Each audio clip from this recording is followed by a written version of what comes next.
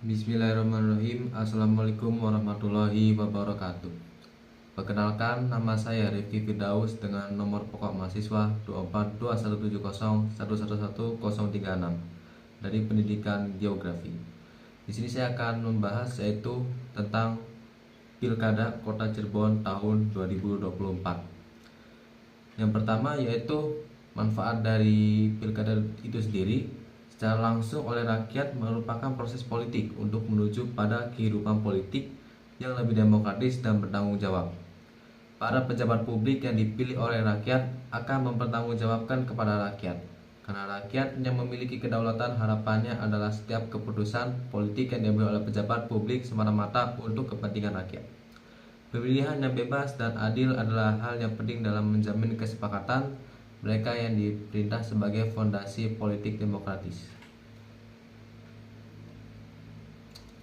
Mereka juga dengan serta menjadi instrumen baik untuk menyerang kekuasaan dan legitimasi, karena pemilu yang tidak jujur bisa menimbulkan keraguan-keraguan pada kemenangan seseorang yang menduduki jabatan di pemerintahan. Keraguan tersebut akan mengurangi kecakapannya dalam memerintah. Berikutnya yaitu tahapan proses dari pilkada yang diselenggarakan oleh Kota Cirebon. Di Kota Cirebon melakukan yaitu dari Peraturan Komisi Pemilihan Umum Nomor 2 Tahun 2024 tentang tahapan dan jadwal pemilihan gubernur dan wakil gubernur, bupati dan wakil bupati serta wali kota dan wakil wali kota tahun 2024. Yang pertama yaitu perencanaan program dan anggaran. Yang kedua, penyusunan peraturan penyelenggaraan pemilihan. Yang ketiga yaitu perencanaan penyelenggaraan yang meliputi penetapan tata cara dan jadwal tahapan pelaksanaan pemilihan. Yang keempat, pembentukan PPK, PPS, dan KPPS. Yang berikutnya, yang kelima, pembentukan panitia pengawas kecamatan, panitia pengawas lapangan, dan panitia pengawas tempat pemungutan suara. Yang keenam, pemberitahuan dan pendaftaran pemantau pemilihan. Yang ketujuh, penyerahan daftar penduduk potensial pemilih. Yang kedelapan, yaitu pemutakhiran dan penyusunan daftar pemilih. Adapun juga yaitu yang dua, tahapan penyelenggaraan yang dipedomani oleh aturan dalam KPU 2024 yang saya sebutkan sebelumnya. Yang pertama itu pengumuman pendaftaran pasangan calon. Yang kedua, pendaftaran pasangan calon. Yang ketiga, penelitian persyaratan calon. Yang keempat, penetapan pasangan calon. Yang kelima, pelaksanaan kampanye. Yang keenam, pelaksanaan pemungutan suara. Yang ketujuh, perhitungan suara dan rekapitulasi hasil perhitungan suara. Yang kedelapan yaitu penetapan calon terpilih. Yang kesembilan, penyelesaian pelanggaran dan sengketa hasil pemilihan. Dan yang kesepuluh, pengusul pengesahan pengangkatan calon terpilih. Berikut merupakan dari kandidat yang pertama yaitu paslon nomor 1 Dani Madani Fitria Pamukaswati, yaitu slogannya remaja, religius, maju, sejahtera, dan berkelanjutan. Program unggulannya yaitu pertama, dana 200 juta untuk RT RW atau untuk tahun untuk percepatan pembangunan dan pemberdayaan masyarakat serta peningkatan insentif LKK. Yang kedua, pendidikan gratis, bebas pungutan dan subsidi operasional sekolah. Yang ketiga itu adalah jalan tidak berlubang dan bebas banjir sekota Cirebon.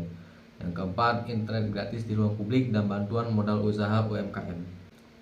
Yang kelima itu pembinaan pemuda kreatif melalui kerjasama Kementerian dengan KNPI, Ormas atau KP, LSM, dan Karang Taruna, pembukaan lapangan kerja, investasi terbuka. Yang keenam itu ada dana stimulan rumah ibadah dan insentif guru mengaji. Yang ketujuh yaitu Kota Cirebon sehat, hijau, tertib, aman, dan sejahtera.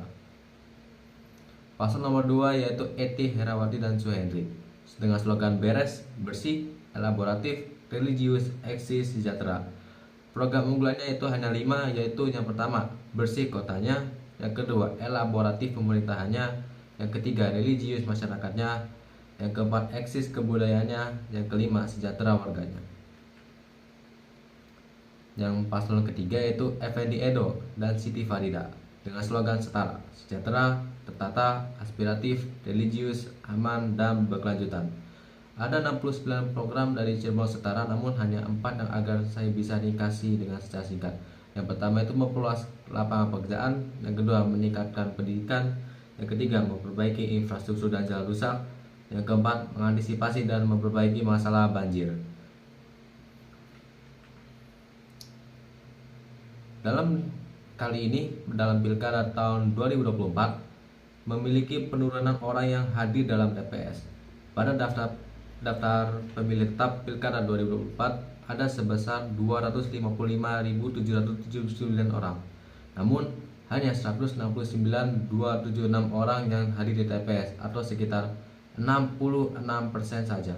Sementara pada Pilkada tahun 2018 169.276 yang berpartisipasi dari 230.443 daftar pemilih tetap sekitar 73%. Yang berikutnya itu pemilu 2024 yang dimana yang hadir pada pemilu tersebut mencapai 83%. Hasil dari rapat pleno rekapitulasi suara dari paslon nomor 3 yaitu berdasarkan paslon nomor 1 Dani Madani Fitria Pamungkaswati meraih 29.303 suara. Paslon nomor 2 Eti Herawati Suhendrik dengan raihan 47.462 suara. Dan paslon nomor urut 3 Effendi Edo Siti Farida meraih 77.755 suara.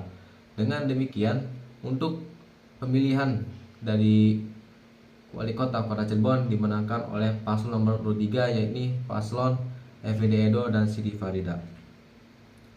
Visi misi dari paslon nomor 3 ini yang pertama, visinya terwujudnya Kota Cirebon yang sejahtera, tertata, aspiratif, religius, aman, dan berkelanjutan tahun 2029. Misinya yang pertama, meningkatkan kualitas sumber daya manusia Kota Cirebon pada sektor ekonomi, pendidikan, kesehatan, dan sosial yang berbasis pada budaya dan kearifan lokal dan infrastruktur kota yang tertata dan berkelanjutan. Yang kedua yaitu ada penataan aparatur dan kelembagaan pemerintah kota yang efektif dan efisien, berbasis era digitalisasi yang terintegrasi menuju tata pemerintahan yang profesional, amanah, responsif, baik, bersih, dan bebas dari KKN. Yang ketiga yaitu meningkatkan peran pemuda dalam memberikan kontribusi bagi pemerintah daerah. Yang keempat, penataan keseimbangan dan pelestarian lingkungan hidup berkelanjutan. Yang kelima yaitu meningkatkan peran serta unsur masyarakat dalam pembangunan.